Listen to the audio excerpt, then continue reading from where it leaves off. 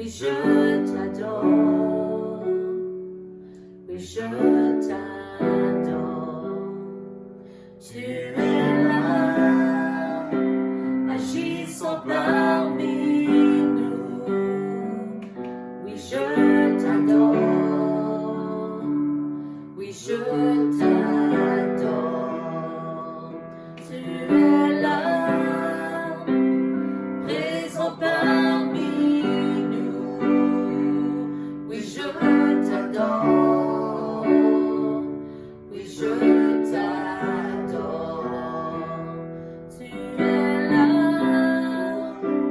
agissant parmi nous. Oui, je t'adore. Oui, je t'adore.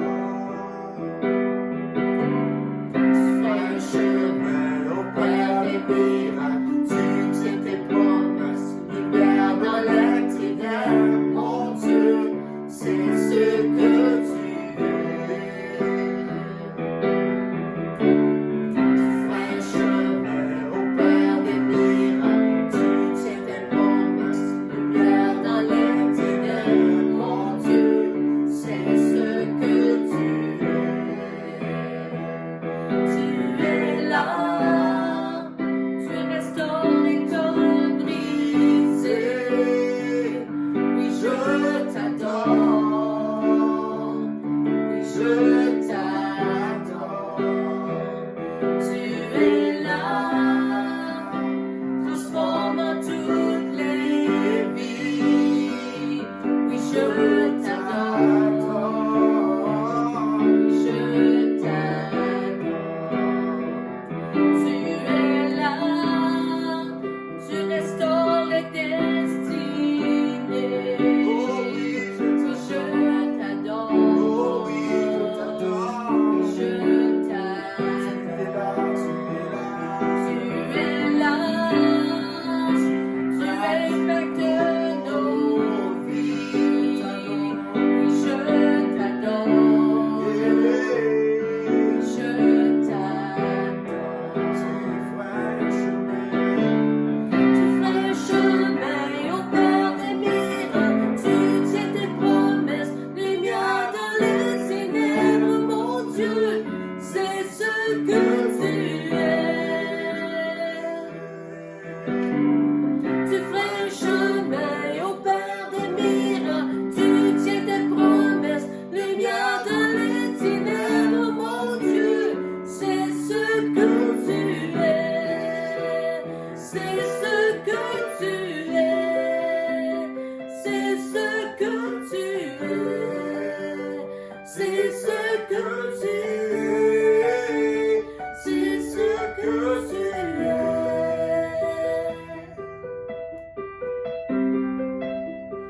C'est ce que tu es, Alléluia. personne comme toi.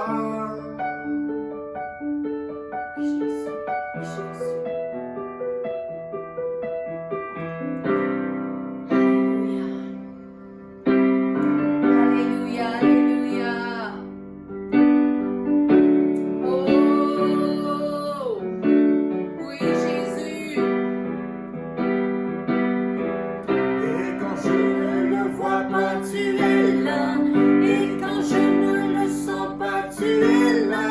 Tu agiras encore. Tu agiras encore. Et quand je ne le vois pas, tu es là. Et quand je ne le sens pas, tu es là. Tu agiras encore. Tu agiras encore. Tu agiras, oui, agiras encore, tu agiras encore. Tu agiras, tu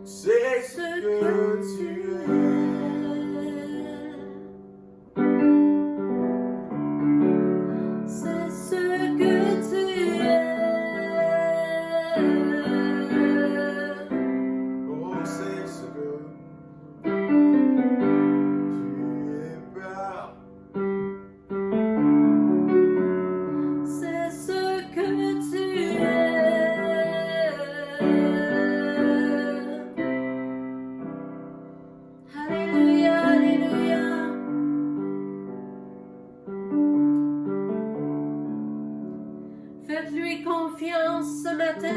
Alléluia, tous les jours de votre vie. Alléluia. Parce que même si on ne voit pas, même si on ne le sent pas, il est là, il agit, toujours. Il est toujours prêt à agir dans ta vie. Alléluia. Je te fais confiance, Seigneur. Je te donne ma vie.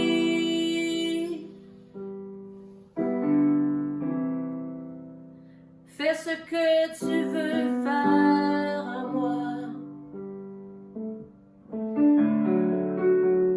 Je te donne ma vie. Oui, Seigneur. Je te fais confiance.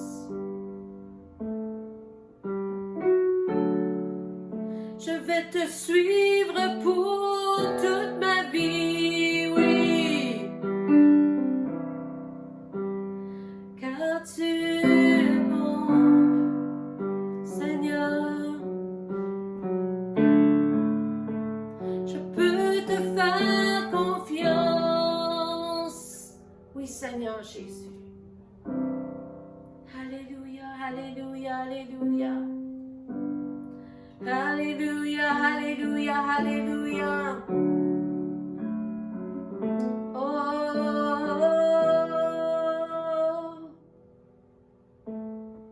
alléluia. Même si tu ne vois pas maintenant,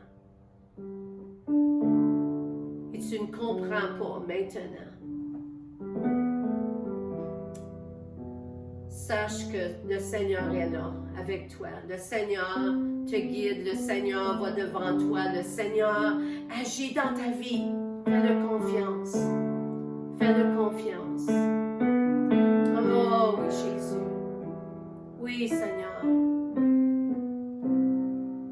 Alléluia, alléluia.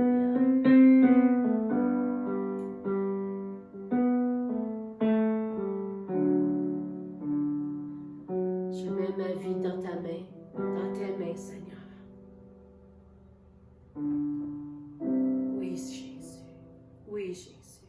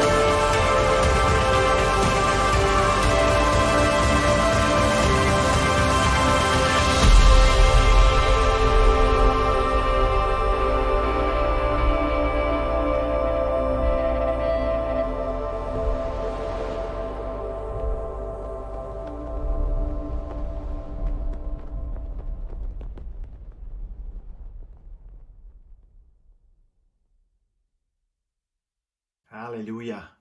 Bonjour et bienvenue à notre service du dimanche. Alléluia. Je veux continuer ce matin sur la sagesse des âges. Alléluia. J'ai intitulé mon message ce matin. Arrête de faire ton tata, arrête de faire ton idiot, là, puis deviens une personne sage. Vous savez qu'on a toute tendance à faire des affaires stupides. Alors, je vais commencer mon message comme ceci. Permettez-moi de commencer avec une question ici, là. Avez-vous déjà fait quelque chose de stupide? Quelque chose que qui vous a embarrassé, je n'aurais dû pas faire ça. Réfléchissez-y un peu pour voir si votre réponse pourrait peut-être être oui. C'est sûr que vous êtes c'est oui. C'est sûr, on a tous fait quelque chose. Si votre réponse est oui, que vous auriez pu faire une bêtise ou quelque chose de stupide au cours de votre vie, allez en arrière de moi parce que moi, je me mets en ligne puis moi, je vais être le premier. OK? Oui, moi, celui qui prêche la parole ce matin. Ah, je n'ai fait des affaires stupides. On a tous fait des affaires stupides. Il y en a peut-être parmi vous qui vont dire, Pasteur Denis, avec tout le respect que vous pouvez vous tenir derrière moi, dans la ligne de stupide, parce que je suis le roi des idiots. Peut-être, peut-être pas. Il n'y a pas de condamnation ici, là. C'est juste pour dire que, hey, on a fait des affaires dans notre vie. Des affaires qu'on n'est pas content, des affaires qu'on n'est pas fiers. Alors, on fait ce que j'appelle le stupide, être un tata.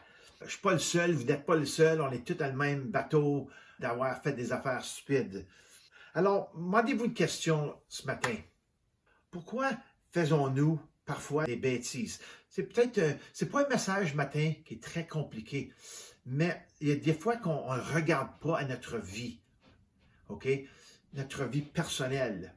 Pourquoi on fait ci? Pourquoi on fait ça? Regarde où vous êtes spirituellement. Regarde où vous êtes dans votre cheminement avec le Seigneur ou dans votre journée avec le Seigneur, votre voyage avec le Seigneur. Et regardez les choses que vous faites. Et demandez-vous ces questions-là. Pourquoi des fois faisons-nous des bêtises? Ce n'est pas comme si nous devions le faire. Alors pourquoi le faisons-nous? Est-ce que c'est parce que nous sommes crédules? Avons-nous été trompés en le faisant? Quelqu'un nous a-tu menti pour le faire? Peut-être on est simplement têtu. Peut-être on est le genre de personne qui dit « moi je connais tout ça, puis je le fais quand même, puis c'est une affaire stupide ». La réponse aux 4 dernières questions est oui, nous étions crédules. Nous étions trompés, nous étions têtus et pensions que peut-être que nous savions tout. On a tous été têtus, on était crédules, puis nous savons, moi je vais faire ça, je sais comment faire ça, puis je vais le faire, parce qu'on pense qu'on sait tout. OK? Bien sûr, il y a encore d'autres réponses quand ça arrive au pourquoi qu'on fait des affaires stupides. Mais une des deux choses est la chair et l'autre est le péché. Pourquoi le faisons-nous? À cause de ces deux choses-là. La chair, des fois, on entre dans la chair ou des fois, on décide ouvertement de faire le péché. C'est une décision qu'on fait. Alors, si nous examinons de près le livre des Proverbes, nous pouvons voir toute notre vie se défiler devant nos yeux. Savez-vous ça? Lisez le livre des Proverbes. Il y a 30, je crois qu'il y a 30 chapitres.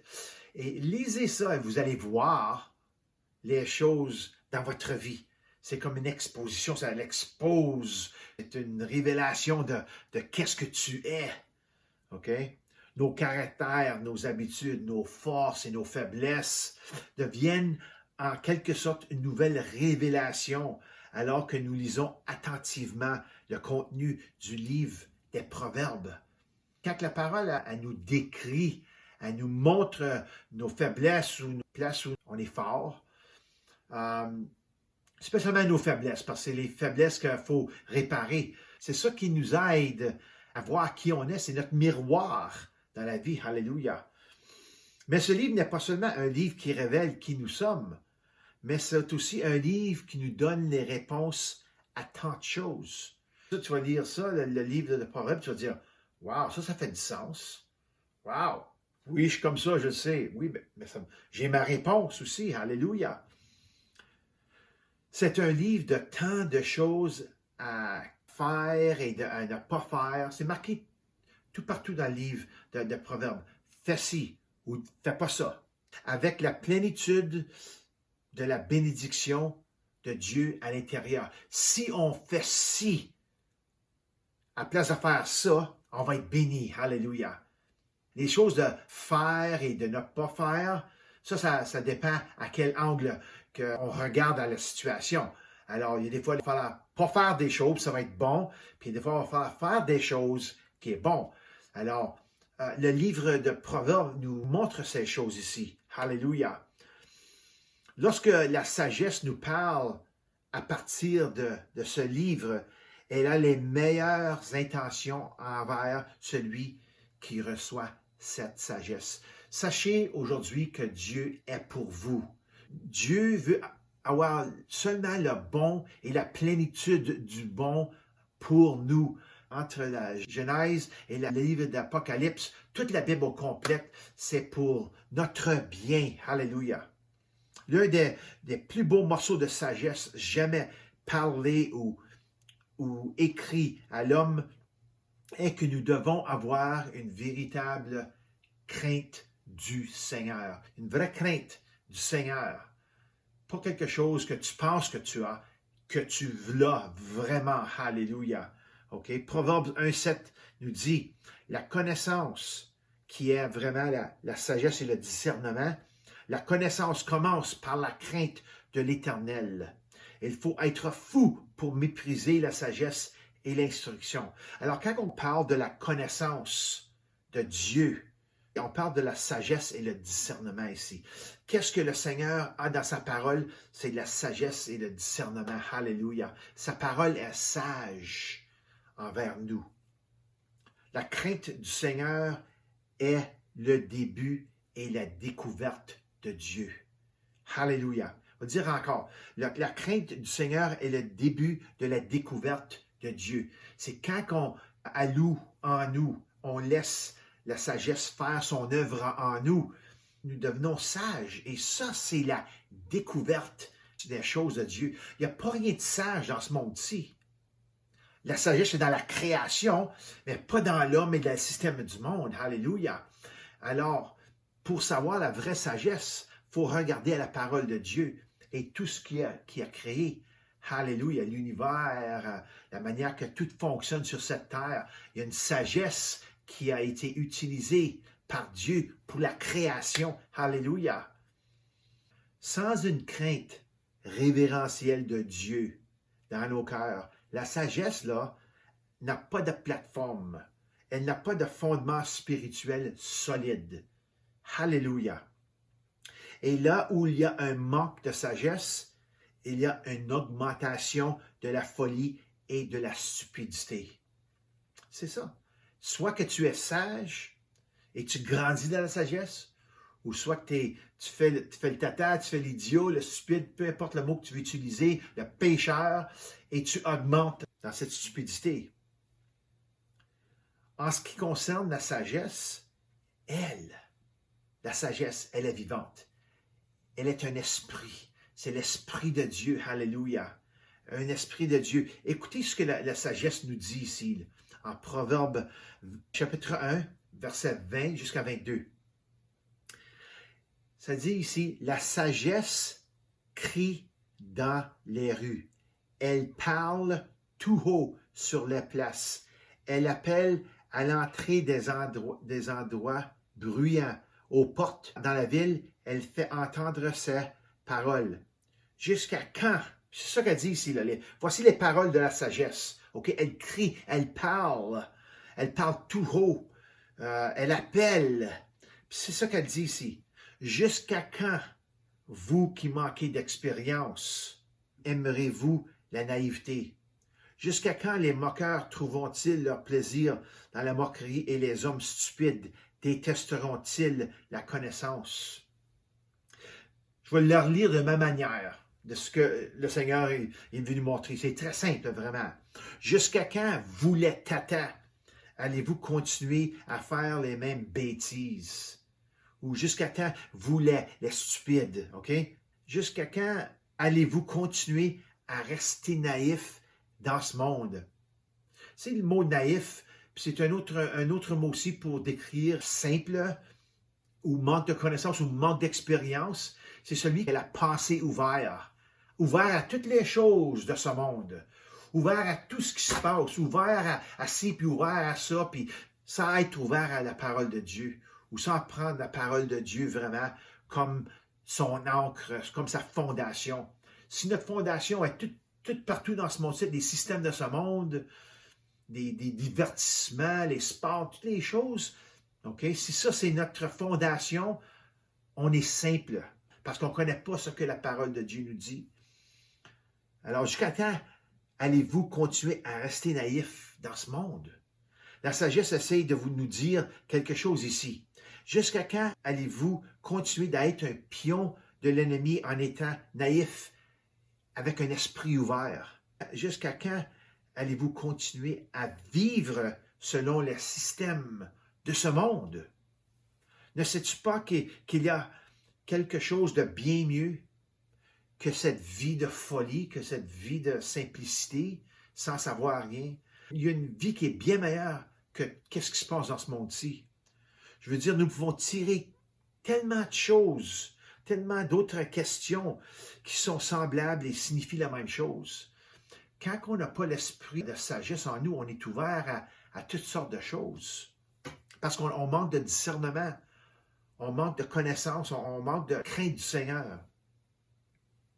Mais si vous écoutez attentivement, vous allez entendre, OK?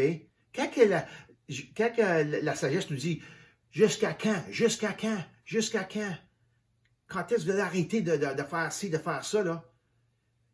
Regarde, quand il dit ça, vous allez entendre le ton de la voix de la sagesse, de la compassion, de la grâce et de la miséricorde qui vous appelle.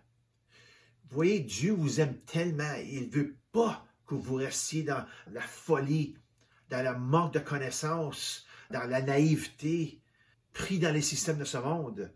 OK? Il ne veut pas que vous viviez au pays des fous, dans la ville des tatas. Il n'y a aucune bénédiction dans cette ville. Ce cri de sagesse que nous avons ici vient du cœur de Dieu. Cela l'attriste de voir sa plus belle création. Et ça, c'est toi, et ça, c'est moi. C'est l'homme et la femme, les enfants, l'homme, l'humain. OK? Sa plus belle création, ça l'attriste de voir une personne gaspiller leur vie parce qu'il refuse sa connaissance. Il refuse sa parole. Il refuse sa sagesse. Qu'il n'y a pas de crainte de Dieu en lui. Ça l'attriste. Vous voyez, il y a une histoire dans la Bible qui va vous montrer, puis il va vous montrer que c'est mon histoire aussi. L'histoire du fils prodigue est un exemple parfait d'un tata, d'un idiot, OK? Mais aussi de celui qui finit par entendre l'appel de la sagesse dans son cœur. OK? Alors, on voit ici quelqu'un qui est fou, qui fait quelque chose de fou, de la folie, du péché, mais aussi on voit cette même personne changer d'à propos, changer de direction dans la vie. Alors, lisons Luc 15, de 11 à 19. Puis Jésus vient juste de dire une autre parabole, puis maintenant il en dit une autre histoire ici. Ça commence, il dit encore, « Un homme avait 2 fils. Le plus jeune avait dit à son père, « Mon père, donne-moi la part de l'héritage qui doit me revenir. » Le père leur partagea alors ses biens. Peu de jours après, le jeune fils ramassa tout et partit pour un pays éloigné où il gaspilla sa fortune en vivant dans la débauche. Alors qu'il avait tout dépensé, une importante famine survint dans ce pays et il commença à se trouver dans le besoin. Il alla se mettre au service d'un des habitants du pays qui l'envoya dans ses champs pour garder les porcs. Il aurait bien voulu se nourrir des caroubes que mangeaient les porcs, mais personne ne lui en donnait. Il se mit à réfléchir et se dit, « Combien d'ouvriers chez mon père ont du pain en abondance, et moi, ici, je meurs de faim. je vais détourner vers mon Père et je lui dirai, Père, j'ai péché contre le ciel et contre toi. Je ne suis plus digne d'être appelé ton fils. Traite-moi comme l'un de tes ouvriers. Vous voyez ici, on voit un fils d'un homme qui fait quelque chose de très stupide. Il décide de demander à son père pour son héritage, pour sa part de son héritage. Et puis, quelques jours après ça, avec sa fortune, il s'en va pour la dépenser dans la débauche, dans toutes sortes de foleries, de péchés, de toutes sortes de choses. OK? C'est ça qu'il a fait. Après qu'il a tout fini, il a vu qu'il a tout gaspillé. Là, il y avait un besoin. Puis vraiment, qu'est-ce qui est arrivé? Quand il était dans la plus pire des plus pires, quand il était avec les porcs, les cochons, OK? Quand il était là, il s'est mis à réfléchir. Il a commencé à penser, puis la sagesse de Dieu lui parlant en dedans. Ça, c'est vraiment, quand il dit il s'est mis à réfléchir, ça veut dire qu'il a pris le temps d'arrêter et de penser qu'est-ce qu'il faisait. Il a regardé et dit, « Moi, je suis entouré de cochons ici, là. Je suis dans la saleté des cochons. J'ai faim pour qu'est-ce qu'ils mangent. Puis je ne peux même pas en avoir. » Alors, il se met à réfléchir, puis à penser. Puis quand tu es comme ça, Dieu entre avec la sagesse, puis il te montre par son esprit que c'est le temps de sortir de cette débauche, de cette saleté, de cette corrompue. Alors, c'est ça qu'il a fait. Il dit, je vais tourner vers mon Père. Alléluia. Ceux qui sont perdus, ceux qui ne connaissent pas Jésus ou ceux qui sont dans le péché, c'est le temps de vous tourner vers le Père céleste. Alléluia. Et c'est lui qui va vous pardonner. Alléluia. Vous voyez, la sagesse est la voix de Dieu dans votre conscience qui vous dit de faire demi-tour et d'aller dans l'autre sens. La sagesse est celle qui nous appelle à la repentance. Tu sais, quand lui s'est détourné, là, je vais me tourner, je vais aller à mon Père, ça c'est de la repentance. Il s'est mis à réfléchir, il a vu sa situation, puis il s'est tourné de sa situation. Puis ça parle de la même chose à nous. Quand on fait des affaires stupides, puis on est dans le stupide, c'est le temps de vraiment réfléchir, d'arrêter et de réfléchir, qui veut dire de se repentir et de tourner vers le Père. Alors la sagesse est celle qui nous appelle à un revirement de nos vies.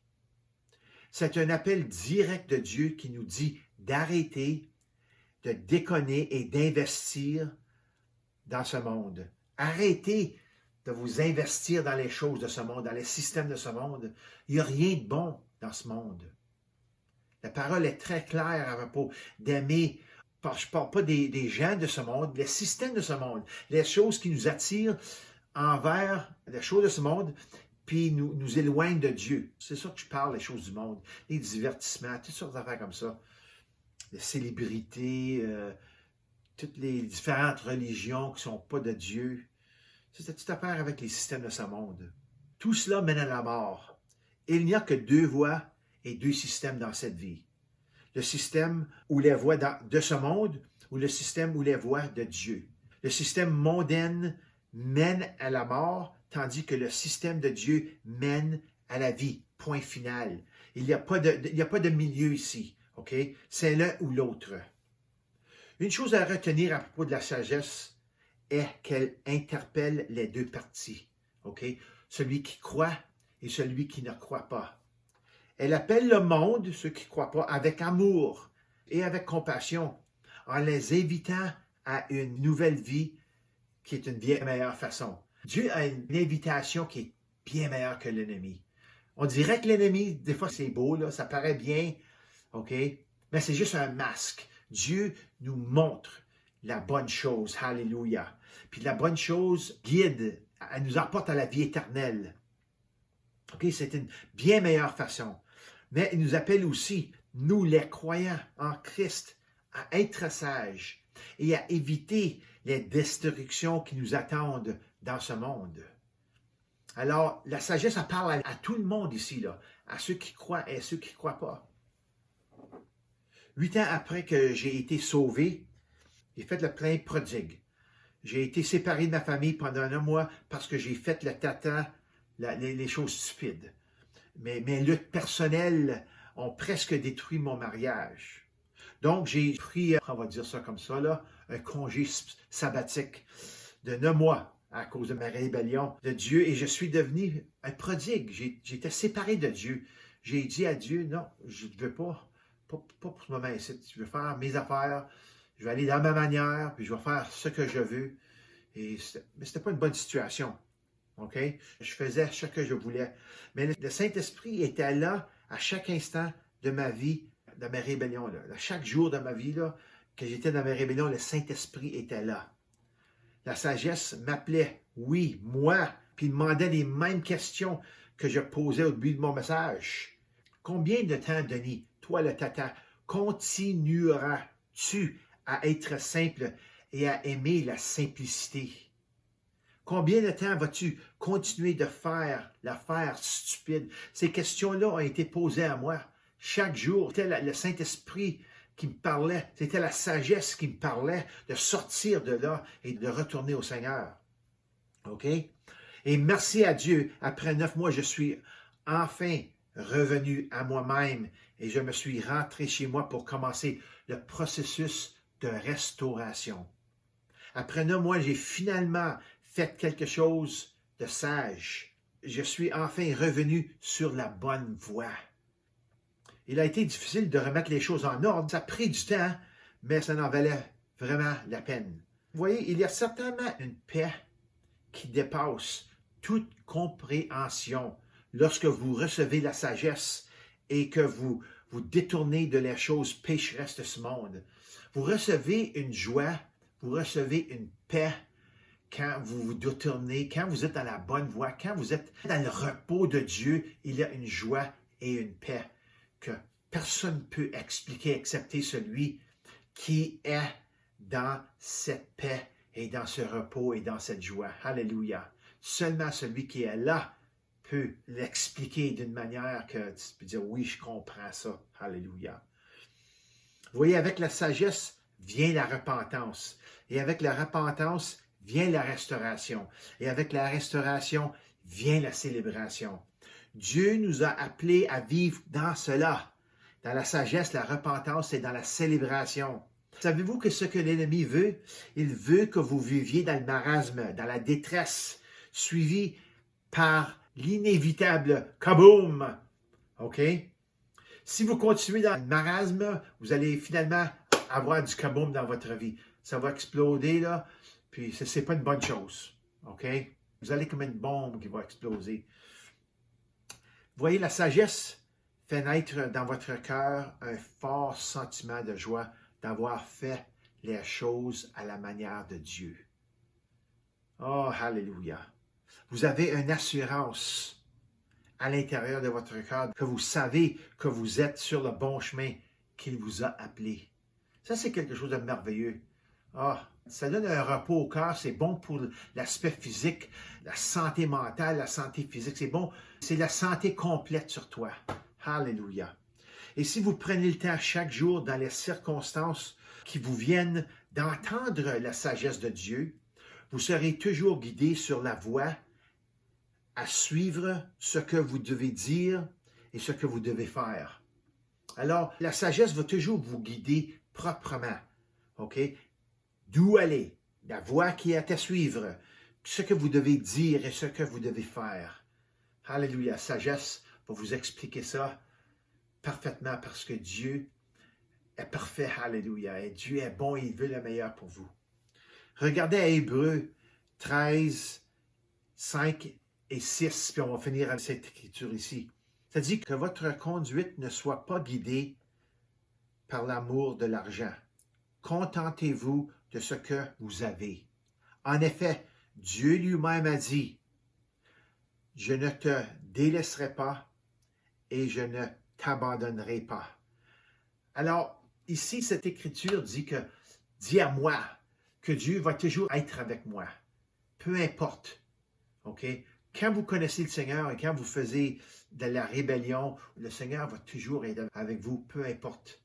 Un grand soulagement qui me dit que si je fais des affaires stupides, il est toujours avec moi, je peux me détourner.